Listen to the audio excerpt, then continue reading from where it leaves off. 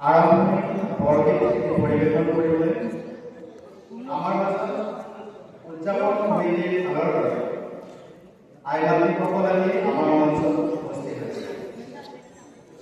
মহাপুৰুষ শ্ৰীমন্ত শংকৰ মাধৱ যোজনাগুৰুৰ আদৰ্শ অনুৰণিত অলংকৃত আইমাতৃৰ চৰণত আমি অসম নামঘৰ মহাসভাৰ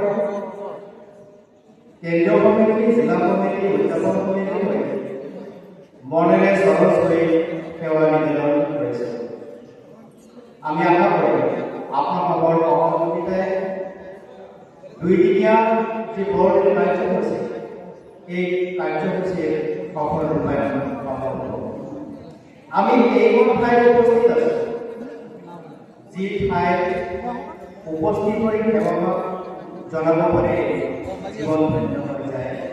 সেয়াই হৈছে মহাপুৰুষ শ্ৰী শ্ৰী মাধৱ গুৰুজনাৰ প্ৰতিষ্ঠিত ঢেকীয়াখোৱা বৰনামঘৰ, যি নামঘৰৰ প্ৰৱেশ মাত্ৰই দৰ্শনে বৰষণে মাত্ৰই আমাৰ পাল স্থান আদি শৰণ হৈ কৰা হয়।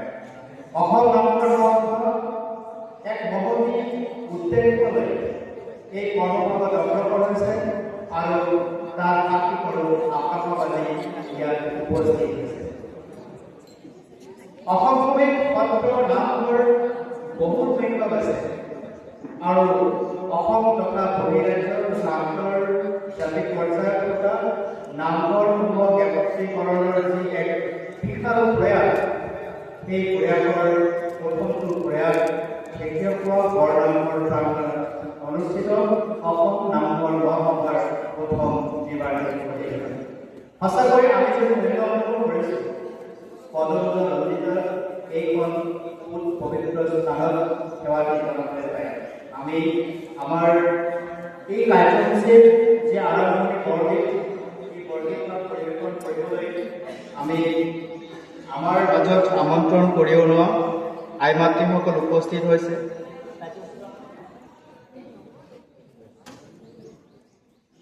শ্ৰী ৰশ্মি বৰদলৈৰ নেতৃত্বত এই বৰগীত ভাগ পৰিৱেশন কৰা হ'ব।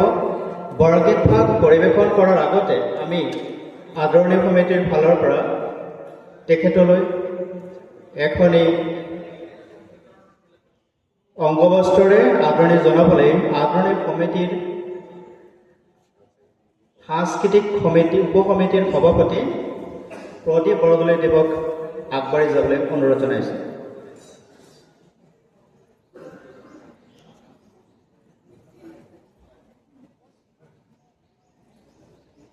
আমি এখন্তেক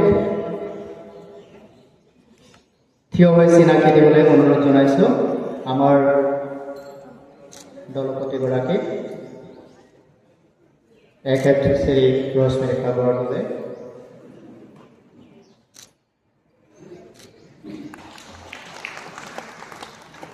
লগতে আমি বাকীসকলক চিনাকি কৰাব লৈ আছোঁ। আপোনালোকে নমস্কাৰটি জনালে আমাৰ ভকত বৈষ্ণৱে চিনি পাব।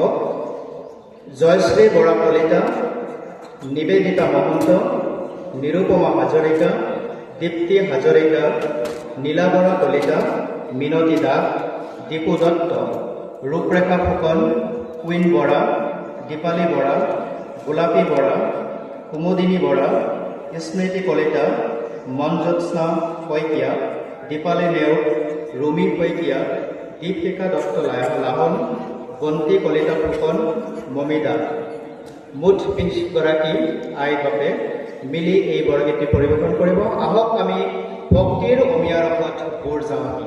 কৃষ্ণ।